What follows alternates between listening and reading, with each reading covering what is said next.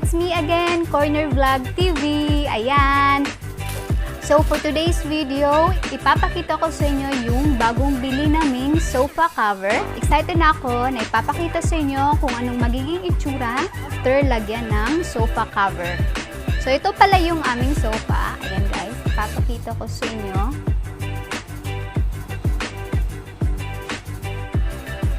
So ito pala yung sofa namin guys. Ayan, so nakikita nyo, medyo meron na siyang dumi dito. Ayan. Nililinis ko naman siya.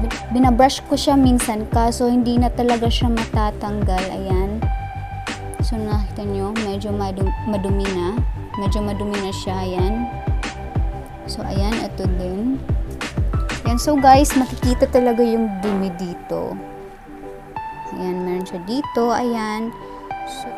So itong kabila naman, medyo okay naman siya. Kaso dito na part, makikita din ang dumi dito. Ayan. So, ayan yung sofa namin. Oh, so itong aming sofa is medyo matagal-tagal na din ito. Kita na talaga yung dumi niya. Kahit nililinis namin siya, hindi pa rin makukuha yung dumi. Kaya, napag-isipan namin na bumili kami ng sofa cover para magmukhang bago itong sofa namin. So, ayan guys. Eto na siya. Guys, itong binili namin is 4-seater and 2-seater. May kasama na siyang pillowcase, guys. And dapat talaga, ang bilhin nyo is yung right size. So, ito yung nabili naming sofa cover with 2 pillowcase and foam sticks. Ayan. So, ito pala yung itsura ng foam stick. Ayan. So, meron din ito. So, ito yung ilalagay nyo sa ilalim. Gaya na. Dito na siya ilalagay, guys. Ayan.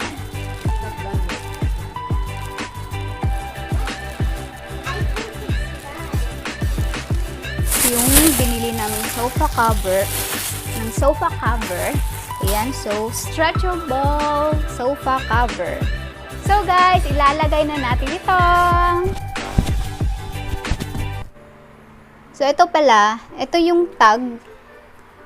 Ito yung ilalagay nyo sa likod ng sofa. Ayan.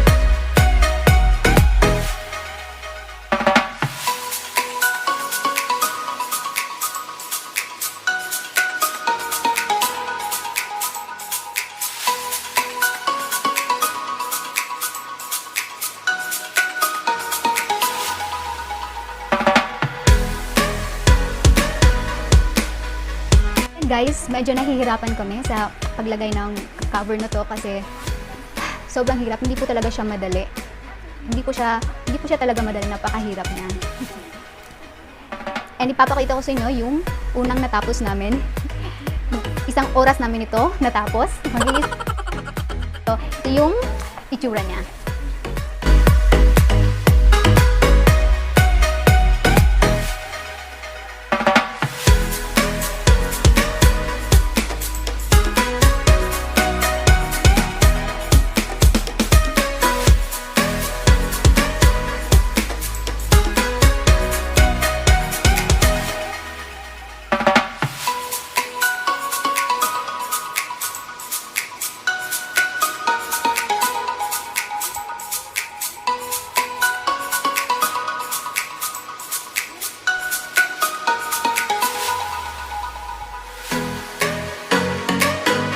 Eto na po siya, guys. So, parang hindi ko kayang upuan to kasi hindi talaga madali yung pinagdaanan namin dito ng asawa ko. Kahit dalawa kami.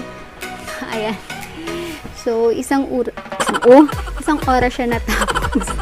Hindi talaga siya madali, guys. So, ayan. Napakaganda niya, di ba? And, meron pa kaming isa na tatapusin. Ayan. So, guys. So, meron pa kaming isa na tatapusin dito. So, ayan, napakaganda niya. And, hindi ako nagsisisi. Worth it talaga, guys. Worth it yung pagod namin. Worth it yung lahat, yung ginastos. Lahat-lahat. So, ayan.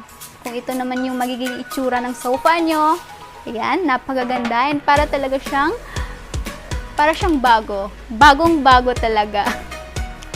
Kung meron kayong sofa dyan, pwede kayong bumili neto. Ayan. So, worth it talaga lahat, guys. Ayoko siya. Ayan.